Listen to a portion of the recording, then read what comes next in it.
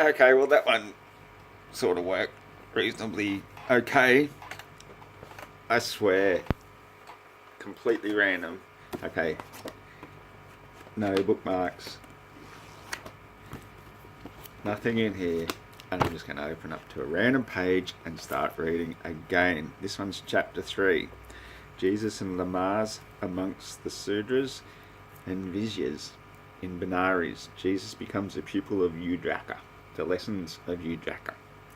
Don't you just love random lessons out of the blue that you did not expect? I certainly do. Because this is teaching me as much as it's teaching you. If you've got comprehension skills. Now, Jesus with his friend Lamars went through all the regions of Orissa and the valley of the Ganges, seeking wisdom from the Sudras and the Vizyas and the Masters. See, this is so cool. That's why I love this book. It's the missing 18 years before he came back and pretended to get crucified, and I won't go into that. Benares of the Ganges was a city rich in culture and in learning. Here the two Rabbonis tarried many days, and Jesus sought to learn the Hindu art of healing and became the pupil of Udraka, greatest of the Hindu healers. See, he wasn't performing miracles. This is what I keep trying to tell you. He was a learned master of natural healing arts, and this is telling you what he did. Udraka taught the uses of the waters, plants and earths, of heat and cold, sunshine and shade, of light and dark. He said, the laws of nature are the laws of health, and he who lives according to these laws is never sick. Transgression of these laws is sin, and he who sins is sick. Common sense, man. Understanding the laws of nature as opposed to thinking superstitious. Anyway, let me carry on. He who obeys the laws maintains an equilibrium in all his parts and thus ensures true harmony. And harmony is health, while discord is disease. That which produces harmony in all the parts of man is medicine, ensuring health. The body is a harpsichord, and when its strings are too relaxed or too tense, the instrument is out of tune, the man is sick. Now, everything in nature has been made to meet the wants of man, so everything is found in medical arcanes. And when the harpsichord of man is out of tune, the vast expanse of nature must be searched for remedy. There is a cure for every ailment of the flesh. Of course, the will of man is remedy supreme, and by the vigorous exercise of will, man may make tense a cord that is relaxed, or may relax one that is too tense, and thus may heal himself. When man has reached the place where he has faith in God, in nature, and himself, he knows the word of power. His word is balm for every wound, is cure for all the ills of life. The healer is the man who can inspire faith. The tongue may speak to human ears, but souls are reached by souls that speak to souls. He is the forceful man whose soul is large, and who can enter into souls, inspiring hope in those who have no hope, and faith in those who have no faith in God, in nature, nor in man. There is no universal balm for those who tread the common walks of life. 1,000 things produce inharmony and make men sick. 1,000 things may tune the harpsichord and make man well. That which is medicine for one is poison for another. So one is healed by what would kill another one. An herb, I don't like saying N, herb may heal the one. A drink of water may restore another one. A mountain breeze may bring to life one seeming past all help. A coal of fire or bit of earth may cure another one, and one may wash in certain streams or pools and be made whole.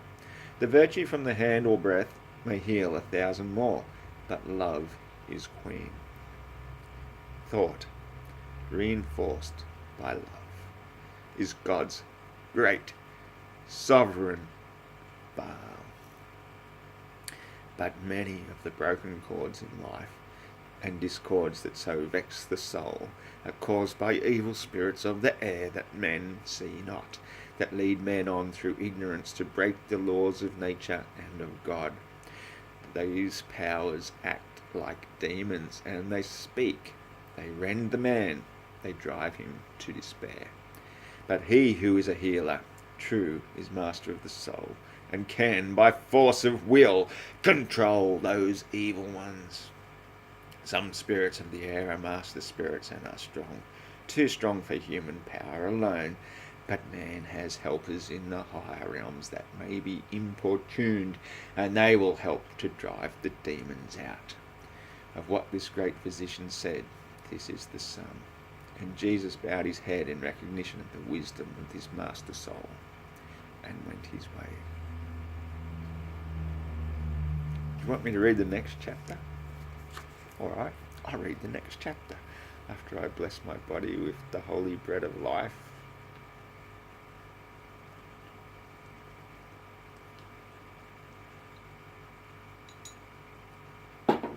Oh my gosh, that was like a meal. The Brahmic doctrine of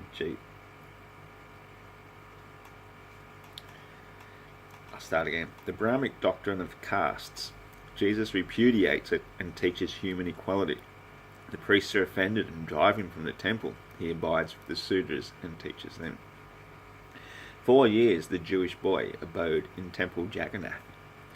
One day he sat among the priests and said to them, "Pray tell me all about your views of castes. Why do you say that all men are not equal in the sight of God?" A master of their laws stood forth and said, "The Holy One whom we call Brahm made men to suit himself, and men should not complain.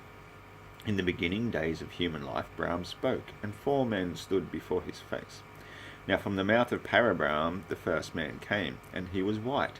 He was like the Brahm himself, a Brahmin he was called. And he was high and lifted up. Above all want he stood. He had no need of toil. And he was called the priest of Brahm, the Holy One to act for Brahm in all affairs of earth. The second man was red, and from the hand of Parabrahm he came, and he was called Kshatriya. And he was made to be the king, the ruler and the warrior, whose highest ordained duty was protection of the priest. And from the inner parts of Parabrahm a third man came, and he was called Visaya. And he was a yellow man, and it was to till the soil, and keep the flocks and herds. And from the feet of Parabrahm the fourth man came, and he was black, and he was called the Sudras, one of low estate. The Sudras is the servant of the race of men. He has no rights that others need respect. He may not hear the Vedas read, and it means death to him to look into the face of priest or king, and naught but death can free him from his state of servitude. And Jesus said, this is why you gotta love Jesus, "Then Parabrahm is not a God of justice and of right, for with his own strong hand he has exalted one and brought another low."